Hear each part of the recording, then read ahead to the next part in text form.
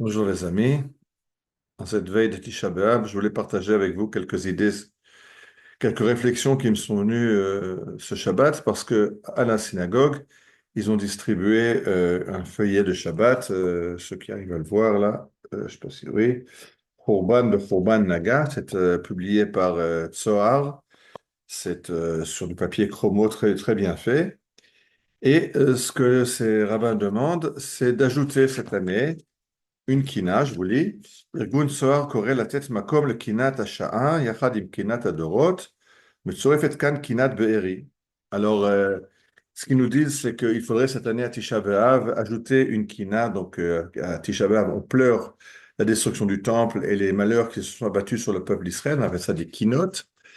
Et ils nous demandent de lire aussi une kina qui a été écrite sur ce qui s'est passé à Be'eri dans le pourtour de Gaza il y a moins d'un an. Et je lis cette kina parce que l'idée est peut-être bonne. Il faut se rappeler cette catastrophe qui a frappé le peuple juif cette année. Mais quand j'ai lu cette kina, je me suis dit, mais qu'est-ce qui s'est passé? Quelqu'un est tombé sur la tête.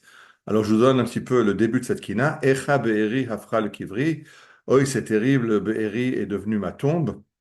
Veyom ori afar shori. Et le jour ensoleillé est devenu un jour sombre.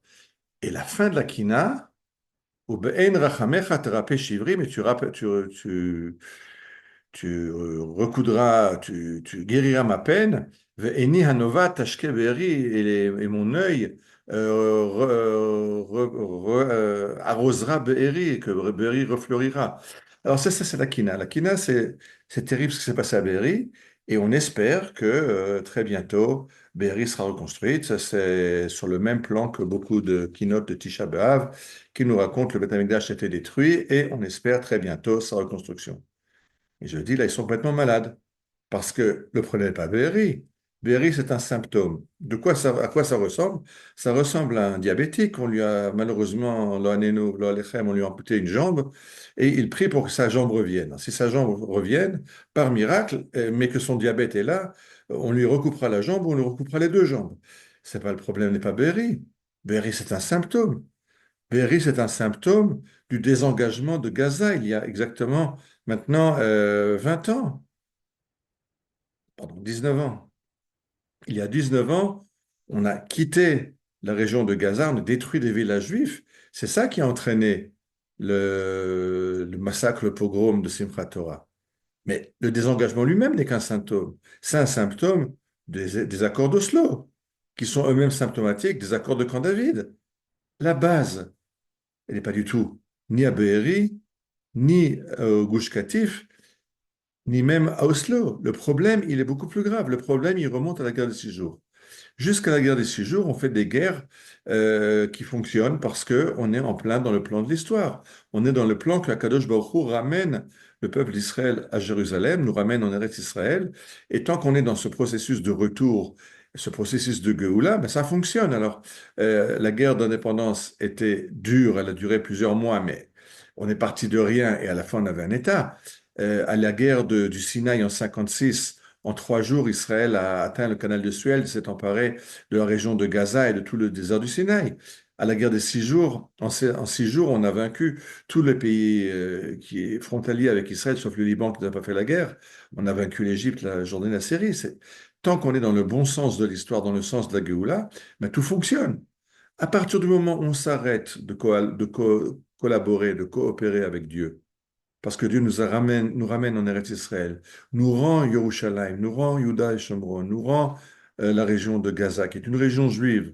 Et nous, tout ce qu'on cherche à faire, c'est s'en débarrasser, à le donner aux Goïms. Alors, à partir de ce moment-là, on ne fait que s'embourber. On s'embourbe à la guerre du Liban, à la première guerre du Liban, à la seconde guerre du Liban, à la Intifada, et maintenant avec la guerre de Simchat Torah. Ah, il faut se réveiller. Le problème n'est pas Be'eri, Be'eri c'est le symptôme. Bien sûr qu'on prie pour que Be'eri soit reconstruite, mais on prie pour que Gaza soit reconstruite comme une ville juive. Même pas Gush Katif, on ne veut plus une vingtaine de petits villages en bordure de Gaza. Gaza est une ville juive qui doit revenir juive. Et quand on reconstruit Gaza, il faut reconstruire Ramallah, qui est Ramah, la ville de Shmuel Hanavi. Il faut ramener une présence juive à Hebron. pas un village, un quartier juif qui soit 3% de la superficie de Hebron et des centaines de soldats qui permettent aux juifs de vivre là-bas. Non, il faut en faire une ville juive avec des milliers de juifs qui vivent là-bas et qui vivent en paix exactement comme à Tel Aviv ou ailleurs, sans qu'on sente le besoin d'être protégés avec des murs par balles et des gilets par balles, etc. Alors quand je lis cette kina, on n'a rien compris. On n'a rien compris. Alors, si cette année, on est encore en train de pleurer à Tisha B'Av, si le Beth Amikdash n'est pas construit d'ici après-demain, alors il y a une chose, c'est commencer à comprendre quel est le problème. Et le problème, tout le problème commence du fait qu'Akadosh Baruch Hu veut nous ramener en Eretz Israël et veut habiter parmi nous dans ce Beth Amikdash, qui est l'endroit de la rencontre entre Akadosh Baruch Hu et Am Israël. Alors, si au lieu de ça, la mairie de Tel Aviv pense qu'on n'a pas le droit de prier dans le domaine public, si au lieu de ça, il y a des cinglés qui continuent encore à manifester, de capituler à tout prix aux Arabes, d'arrêter la guerre et de leur redonner le contrôle de Gaza, alors faire une kina sur Be'eri, mais ça n'a absolument aucun sens. Alors, j'espère qu'il y a d'autres rabbins qui vont écrire des keynotes sur Be'eri, d'accord? Mais dans le sens de compréhension de ce qu'est Béry. Béry est un symptôme qui doit nous rappeler que on a encore beaucoup à faire devant nous. On a des problèmes de société à régler. On a un problème de valeurs juives. On a un problème de Géoula. On doit revenir dans le chemin de la Géoula. On doit en finir avec le Hamas. Mais le problème n'est pas le Hamas. Le problème, c'est que on doit revenir à Gaza. Akadosh Baruch Hu nous ramène en Eretz Israël et nous refusons. Alors si on refuse, ça va mal. Quand on accepte, ça va bien, parce qu'on est dans le plan d'Akadosh Baruch Hu. Et je pense que c'est cette réflexion-là qui doit nous accompagner cette année à Tisha B'Av, et d'autant plus qu'on est 19 ans après la destruction du Gush Katif. Et je rappelle que 19 ans, c'est le temps de l'occupation jordanienne de Jérusalem, qui a été occupée illégalement par la Jordanie à la fin de la guerre d'indépendance. Et 19 ans plus tard, en 1967, on est revenu à Jérusalem. Malheureusement, les gouvernants successifs n'ont pas encore compris que Jérusalem est une ville juive, à l'est, à l'ouest et sur le mont du Temple, et qu'il faut asseoir notre souveraineté. Alors, on va commencer maintenant par comprendre qu'au bout de 19 ans, il faut revenir à Gaza. Et je fais attention de dire à Gaza et pas la bande de Gaza. La bande de Gaza, c'est une définition territoriale politique. Je parle de la région de Gaza, qui a toujours été une région juive. Il faut y revenir. Reconstruire ces villages de Gush Katif, ça c'est évident, mais il faut aller beaucoup plus loin que ça. Il faut reconstruire Gaza comme métropole juive dans le sud d'Israël, et de là continuer à Ramallah, qui est Rama, à Hebron, et bien sûr Jérusalem, et voyez derrière moi le Beth Amikdash, qui est l'aboutissement de cette Géoula. Et c'est de ça qu'il faut parler à Tisha B'Av cette année.